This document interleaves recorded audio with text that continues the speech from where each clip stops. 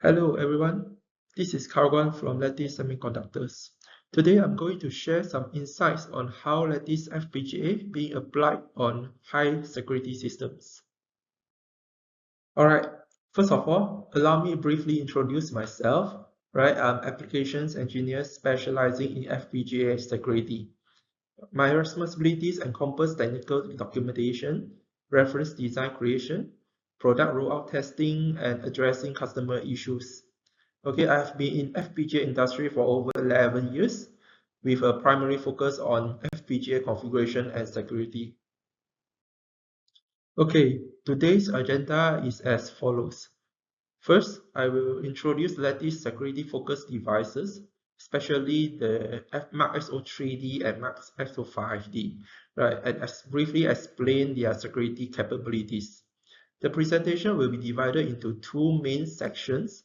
Initially, I will cover the MachXO3D, followed by the security features of MachXO5D. For the MachXO3D, I will begin by discussing the bitstream and configuration security features available, as well as the implementation of secure boot and lock policies. This will provide you with an understanding of the features that we can leverage to build a high security system. Next, I will focus on the user security features of the MachXO3D, giving you a high-level overview of its capability in user mode.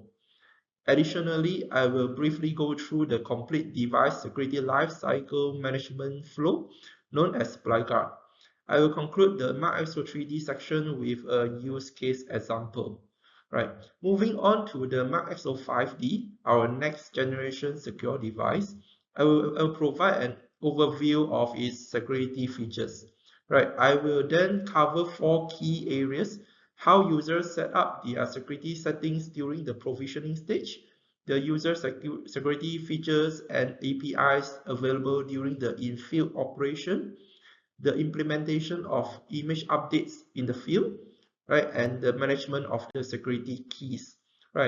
Similar to the MachXO3D, I will provide a use case example for the MachXO5D as well. Finally, I will conclude today's presentation with some FAQs. Okay, let's now take a look at the overview of our Lattice security and control devices. Okay, as you can see, this chart illustrates the evolution of Lattice security and control devices from a security perspective. The MachXO3D was introduced in year 2019, offering robust security protection features with the root of trust concept embedded in its silicon and hardware design. It incorporates industry-leading security algorithms to enable detection, protection, and recovery from malicious attacks. So at a high level, the MachXO3D provides comprehensive elliptic curve cryptography with AES 256 support for both device bitstream security and user mode security.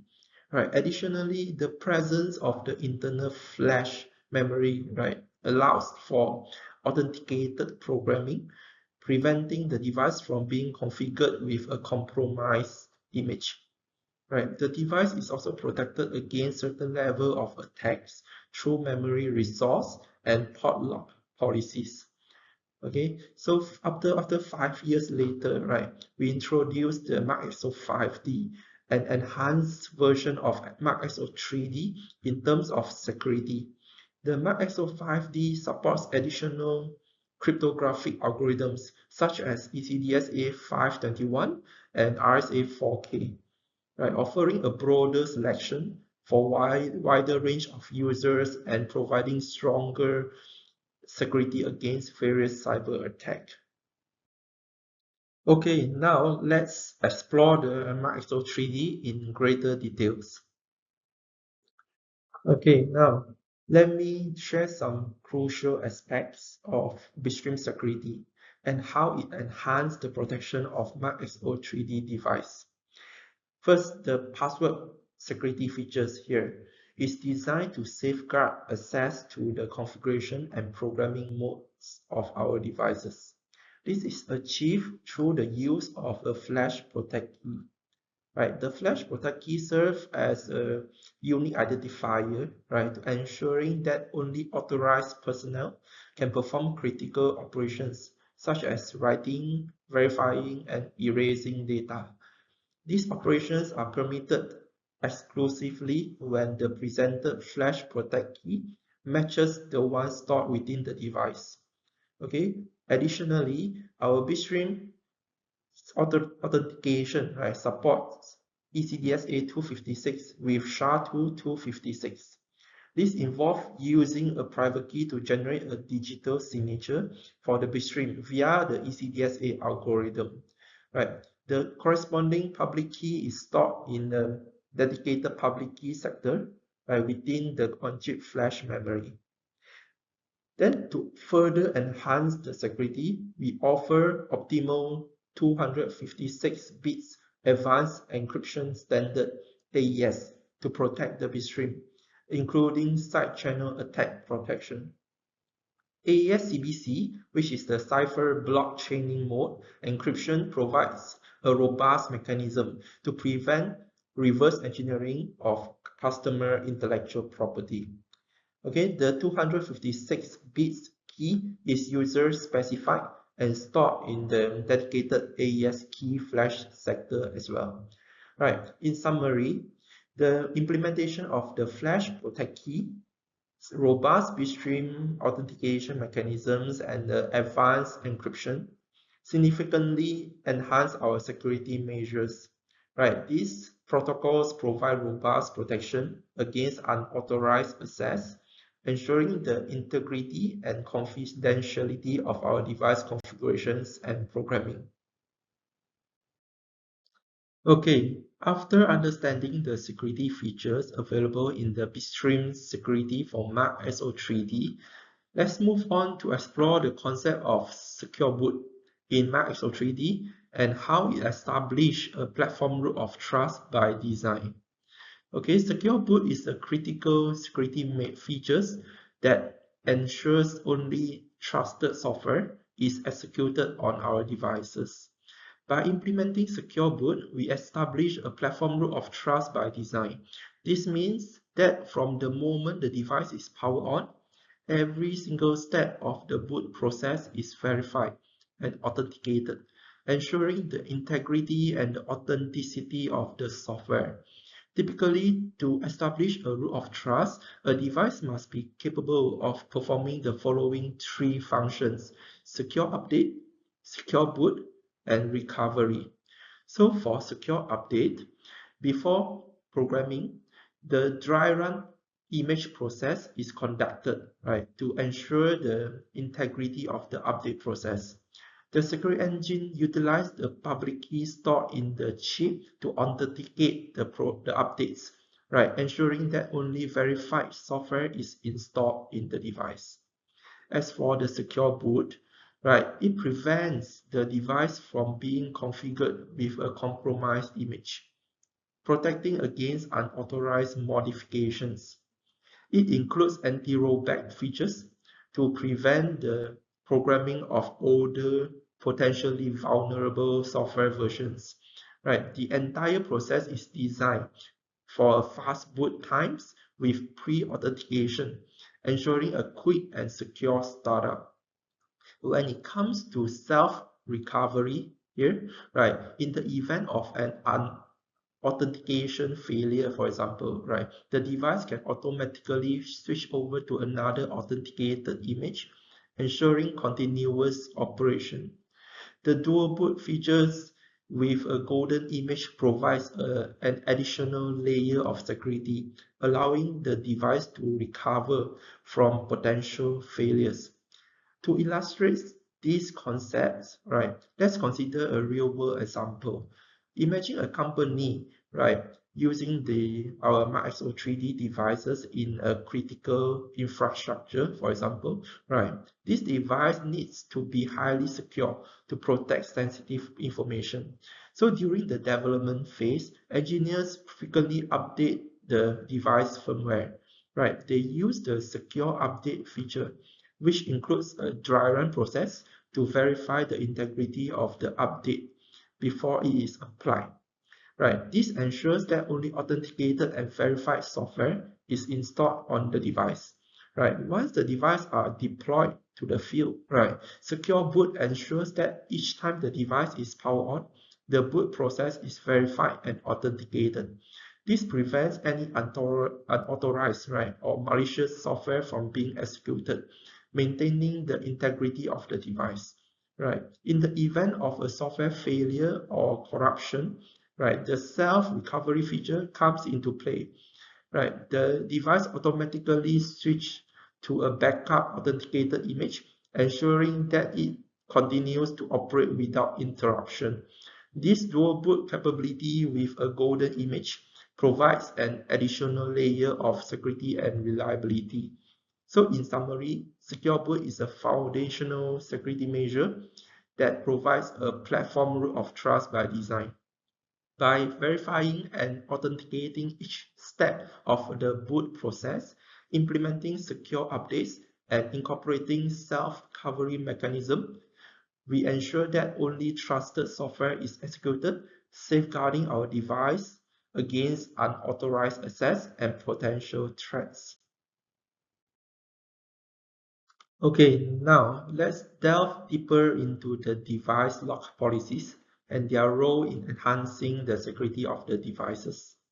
Okay, first let's discuss the device locking scheme, which is this one. Okay, we employ two primary types of locks. Okay, local lock and central lock. The local lock ensures that when a memory resource is erased, right, its associated security settings are also erased. Conversely, the central lock allows for the erasure of the memory resource or sector without impacting its security settings. Okay, now moving on to the types of lock policies. Here, these two. Okay, we have memory access lock and the port lock. Okay, memory access lock implies to various memory types, including configuration memory, user flash memory, security keys memory, SRAM, and device feature settings setters. Okay, these locks are categorized into three types: write lock, erase lock, and read lock. The erase lock control bit is located in the central lock sector, while the write lock settings are in the local lock sector, for example. Okay, port lock includes JTAG port locks and other configuration port locks. Right. The lock policy can be categorized as partial lock, total lock, and JTAG port lock policies. Okay, for instance, partial lock 1149, right, does not fully lock the port, does not fully block the JTAG port, right, but still allows JTAG 1149 instructions to pass through. Okay, so both memory locks and port locks have soft lock and hard lock capability here. Okay, soft lock allow users to unlock it through internal core fabric access. Okay, providing flexibility during development and testing phases. For example, engineers can make necessary changes without compromising security. It also useful for temporary restriction during software updates or maintenance. Okay, hard lock wise, on the other hand, right, blocks all the physical and internal access, permanently locking the particular memory sector and port. This is ideal for high security environments such as military or financial institution, right, where maximum security is required.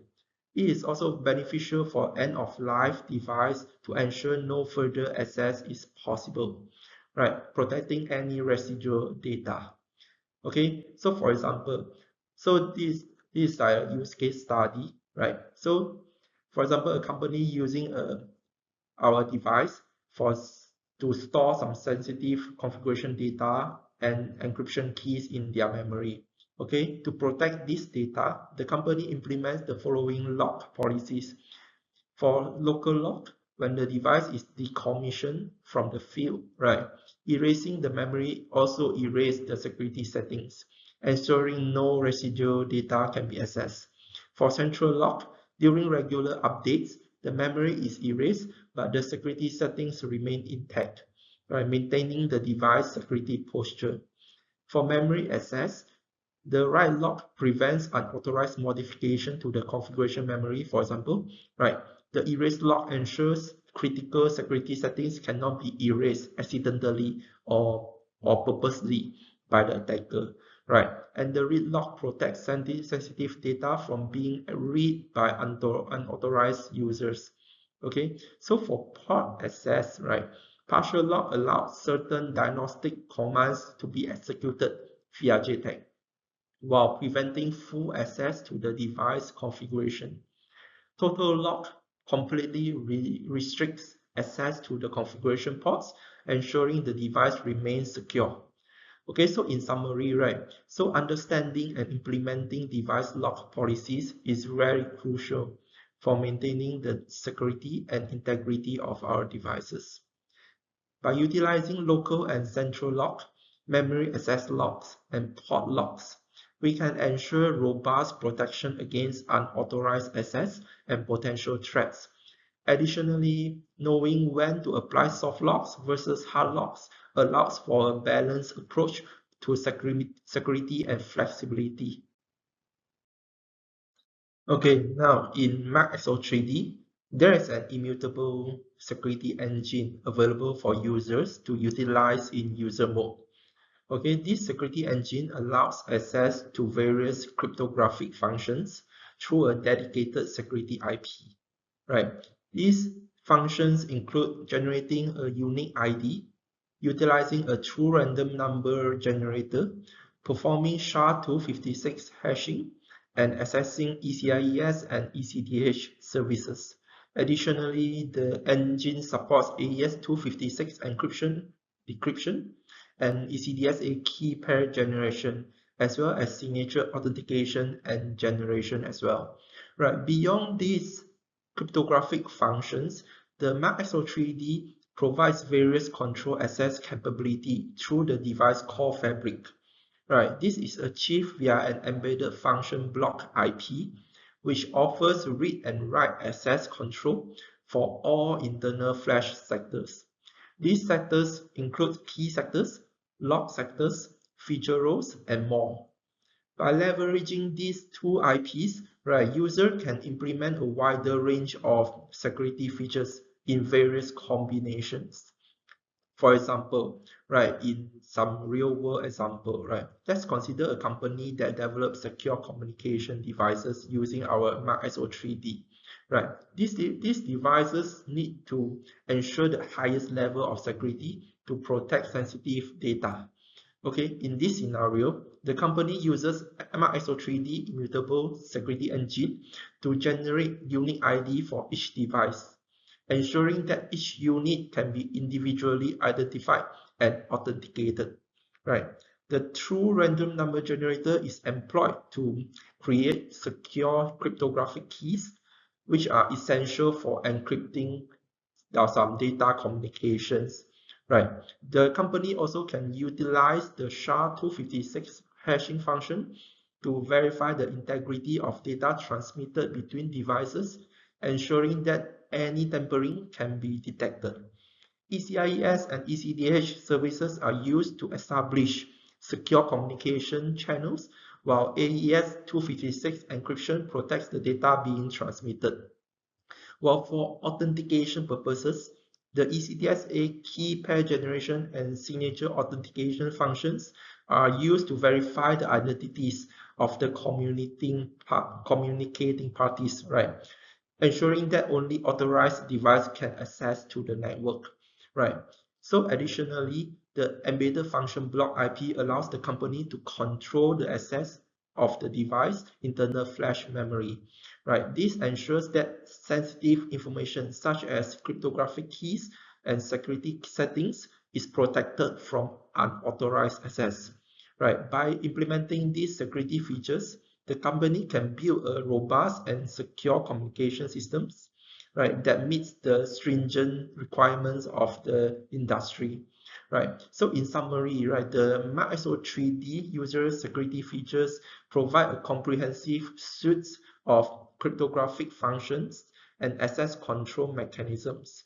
These capabilities enable users to implement a wide range of security measures, ensuring the integrity, confidentiality, and authenticity of their devices and data. So now let's briefly talk about our Lattice supply guard.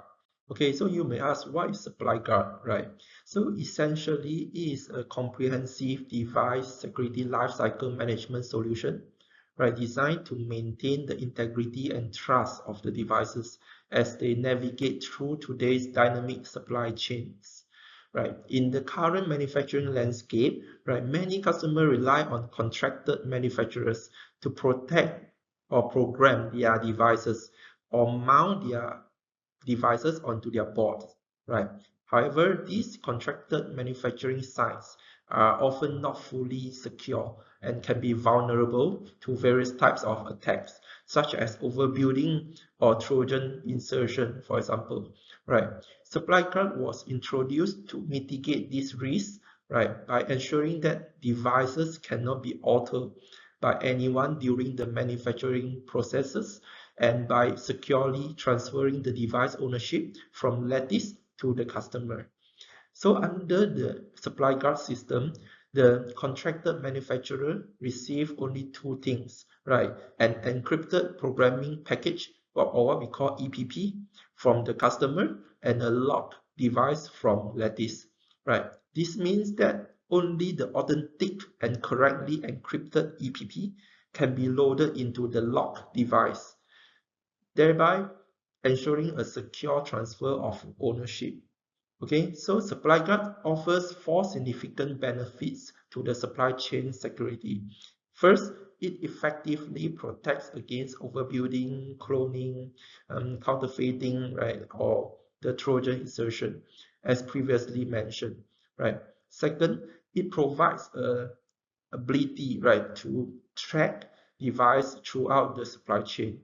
All manifest data, including the device box ID, is recorded in the supply guard portal, right, making it easier for customers to reference and track their devices. And the third and fourth benefits are quite evident, right? By utilizing supply guard, ownership transfer can be conducted securely and at a very low cost.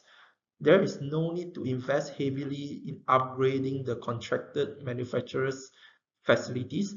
Instead, the security boundary is established within the EPP and the device itself, right? Eliminating any dependency on the contracted manufacturer. Okay, now let's summarize the security use case example for the MachXO3D. Consolidating everything we have discussed so far, right? The MachXO3D provides a comprehensive security coverage throughout the entire device life cycle, right? Ensuring robust protection at every single stage. Starting with supply chain security management, right? The MachXO3D allows for secure programming of security keys. This ensures that each device is uniquely identifiable and protected from the outset. Right. Additionally, the ownership of the device is securely transferred from Lattice to the end user. This transfer process is safeguarded to prevent, right, any unauthorized access or tampering during the handover. Right. Moving to the device security provisioning, right, the MachXO3D enables the implementation of necessary protection measures by setting up resource access lock policies. Right, these policies control access to various device resources, ensuring that only authorized users can interact with critical components. Right. Furthermore, configuration ports can be locked to prevent unauthorized modification, adding an extra layer of security. Right. Well, in the field, right, the MachXO3D supports secure image and security updates. Right. The ports can be unlocked through internal core logic, allowing for control access when necessary. Before any new image is programmed, a dry run is performed to verify its integrity, ensuring that only secure and authenticated updates are applied. This process guarantees that the device remains protected against potential threats even after deployment. Okay, now let's delve deeper into the details of our new enhanced secure device, MachXO5D. Okay, now let's take a closer look at the enhanced security features in the MachXO5D. I've prepared a comparison table between the MachXO3D and XO5D right here in this slide.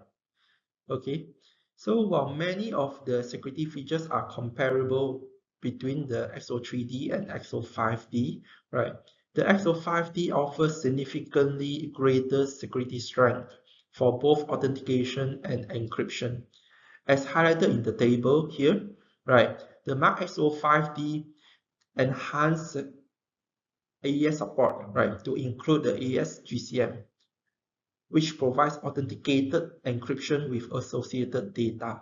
Right. Additionally, the security strength for SHA and ECC have been improved from 256 bits to 512 bits, right, offering stronger cryptographic protection.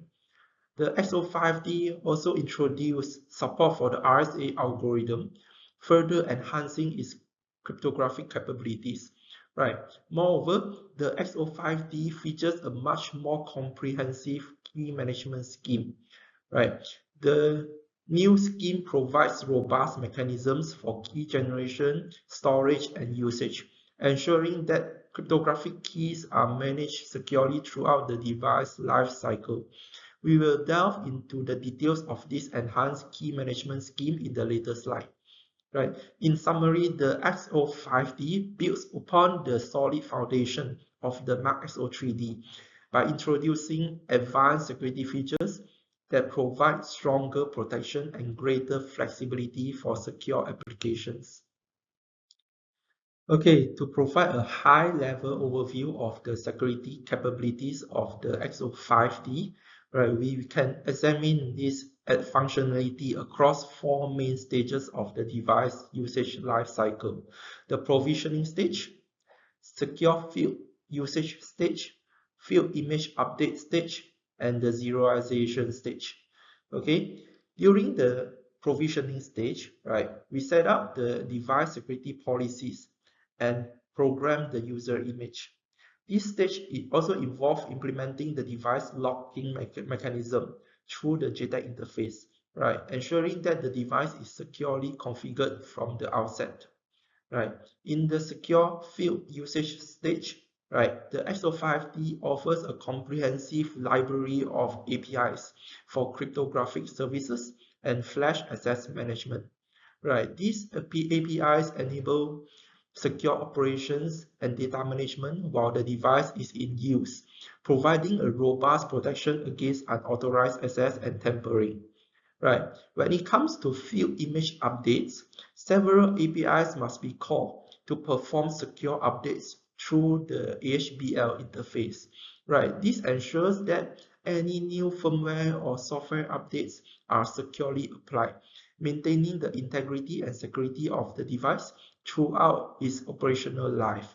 Right. Lastly, the zeroization stage allows for the complete clearing of the device, provided that zeroization is permitted under the device security policies and the JTAG interface is unlocked. Right, this is a critical feature for securely decommissioning the devices, ensuring that all sensitive data is thoroughly erased. Right.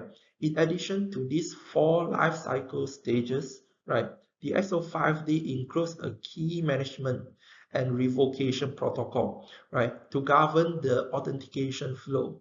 Right. This protocol ensures that cryptographic keys are securely managed and that any compromised key can be revoked to maintain the overall security of the device. I will explain more details in the following slides. Okay, so let's delve into the first stage, security provisioning. So first question come into our mind, when does this occurs? Right, so the security provisioning takes place during the design development phase, right, the design can be retried indefinitely, right?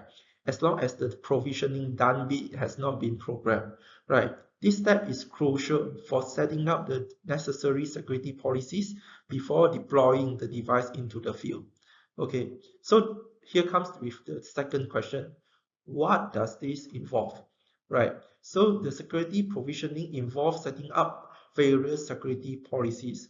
Right, this includes permissions for serialization, for example, or determining the number of flash partitions, specifying the minimum bitstream version to prevent rollback, and defining the number of key authentication key, or what I call the KAK public keys, right, among other settings, right. So additionally, it involves setting up log policies and programming the user image and user data. Okay, so the last question, how is this accomplished? Right, so basically the provisioning can only be performed through the JTAG interface. Right, this can be done using the Radeon, our Lattice Radeon programmer, or a standard test and programming language, or what we call a staple file, or user may develop their own software APIs written in the C code, for example. Right. This comprehensive approach ensures that all security measures are in place before the device is deployed to the field, and safeguarding its integrity and functionality. Okay, so now after the provisioning stage, right, the device is ready for deployment in the field for user applications. Right, let's take a closer look at the user security and crypto APIs available. Right, first of all, crypto service APIs encompass all cryptographic related APIs, right, including SHA, HMAC, ECC, AES, and TRNG, for example. Right, these APIs provide essential cryptographic function, right, to ensure the data integrity and security. Right. The next, policy keys logs API. Okay, it manage the security sector data, right, allowing for authorization, erasure, writing, and reading operations. These APIs are crucial for maintaining and updating security policies and keys. Right.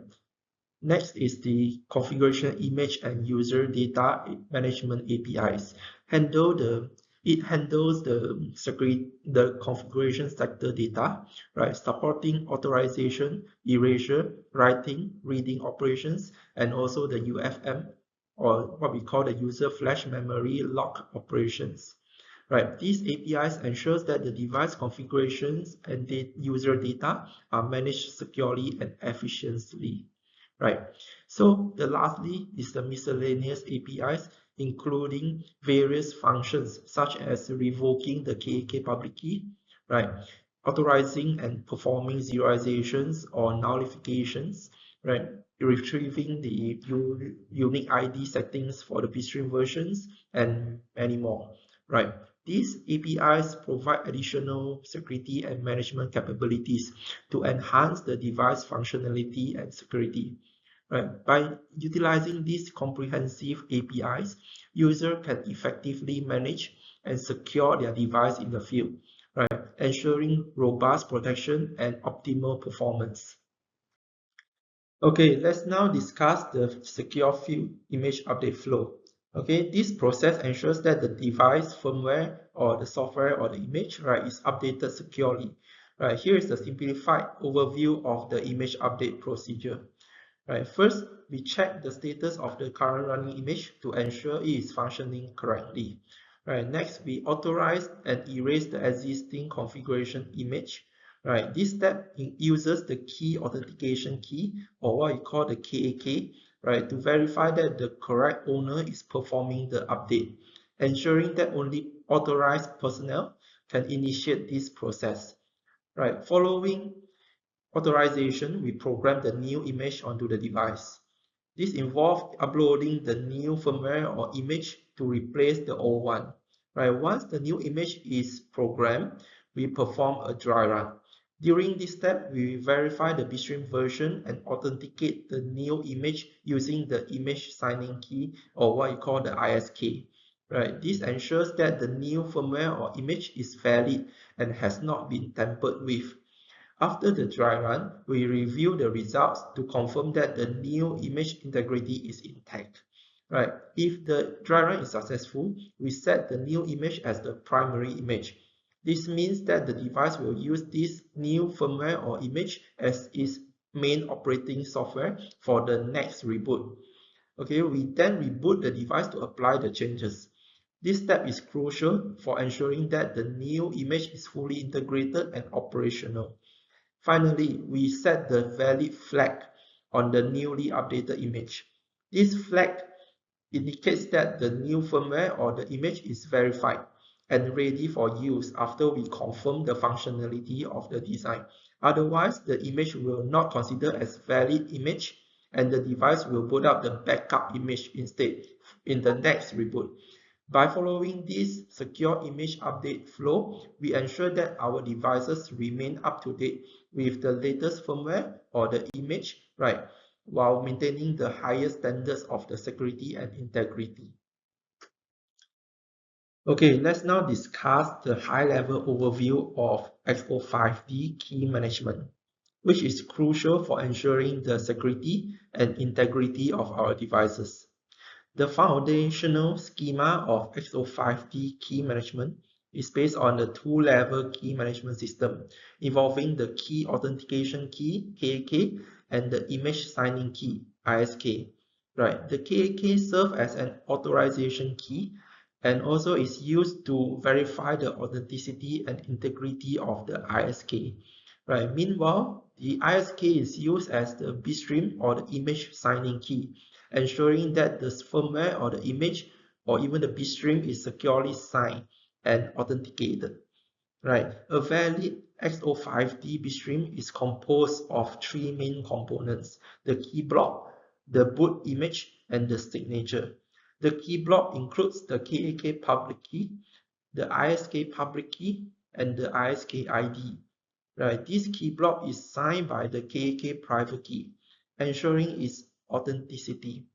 Subsequently, the combination of the boot image and the key block is signed by the ISK private key, providing an additional layer of security. This dual signature approach ensures that both the key block and the boot image are authenticated and secure, protecting the device from unauthorized access and ensuring the integrity of the firmware. By implementing this robust key management system, we can maintain the highest standards of security for our devices. Lastly, let's explore the use case of XO5D device in terms of establishing a root of trust. Starting with protection. During the provisioning phase, all necessary security keys and policies are set up. These foundational steps ensures that the device is equipped with essential security measures right from the start, providing a robust base for secure operations. Moving on to the detection, the device is designed to reject any unauthenticated or compromised bitstream. This capability is crucial for maintaining the integrity of the device as it prevents unauthorized and malicious code from being executed. By ensuring that only verified and authenticated bitstreams are accepted, the device can effectively guard against potential security threats. In terms of recovery, the device has several mechanisms in place to handle security breaches or failures. It can boot from a golden image, which is a secure, verified version of the firmware, ensuring that the device can always revert to a known good state. Additionally, the device supports key revocation, zeroization, and secure key and image updates. These features enable the device to recover from security incidents by revoking compromised image, securely erase sensitive data, and updating to a secure firmware version. By incorporating these protection, detection, and recovery mechanisms, XO5D device ensures a robust and reliable root of trust. This comprehensive approach safeguards the device integrity and security throughout its life cycle, providing peace of mind that the device remains secure against potential threats. Okay, let's now take a moment to review some of the frequently asked questions. Okay, let's now address some of the frequently asked questions regarding our devices. Question number 1. In Lattice MachXO3D, how device security features protect the device from tampering or program or boot up with compromised image? Right. So to me, the answer is the device security features actually protect against tampering and compromised image through several mechanisms, right? First, the bitstream security is enforced using a public key within the device to authenticate incoming bitstreams, right? Besides, various memory and port lock policies are in place to prevent tampering. And also the device also undergoes a thorough secure boot and update process to ensure that only authenticated and compromised images are booted up. Okay, the second question is, how many types of lock policies available in Lattice MachXO3D? Okay, so the answer is there are two types of lock policies available, memory access lock and port lock policies. Right. These policies are distributed across the local and central lock schemes. So understanding when to apply soft locks versus hard locks allows for a balanced approach to security and flexibility. For more detailed implementation guidance, right, please feel free to contact me or Lattice technical support. So question number 3, what is the improvement from Lattice MachXO3D to Lattice MachXO5D in terms of security? Right. So in MachXO5D, it offers significantly enhanced security for both authentication and encryption. It upgrades from AES-CBC in MachXO3D to AES-GCM in MachXO5D, and from ECC 256 to ECC 512. Additionally, it introduced support for the RSA algorithm and a two-layer key management scheme, providing a stronger security measures. Okay, question number 4. What is key block and how key management works in Lattice MachXO5D? Okay, so the key block actually includes the KAK public key, the ISK public key, and the ISK ID, all signed by the KAK private key. Right, user can store up to 8 KAK keys in the device, and each KAK key capable of authenticating 256 ISK keys. Right, so the key block is primarily used for authorization and signing keys for the ISK. So throughout the device life cycle, right, user can use different KK keys as long as they are among the 8 provisioned KK keys. The device allows for up to 2047 times of ISK revocation and 7 times of KK revocations. Okay, the last question. What is now before using the Lattice MachXO5D, right? So what are the critical information and steps needed to be obtained and performed before deploying in the field, right? So before deploying the MachXO5D, user need to obtain a proper license from Lattice to implement their design on the MachXO5D.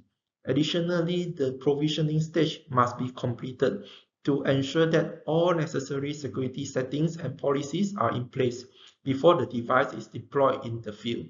Right? So by addressing these frequently asked questions, we aim to provide a clearer understanding of our device security features and the steps required to ensure their security deployment and operation using our secure device.